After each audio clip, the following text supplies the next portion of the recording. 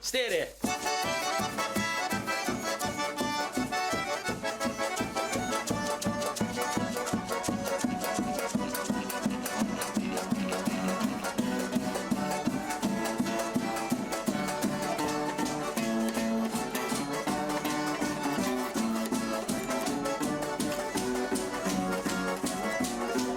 Ну, ось на даний момент роблю скрипку. Тут навіть, як ви бачите, вона вигнута і так по площині.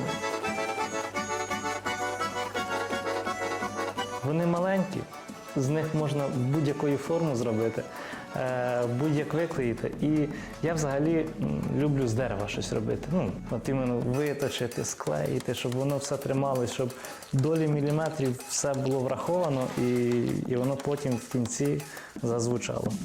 Раз, два, три, 4.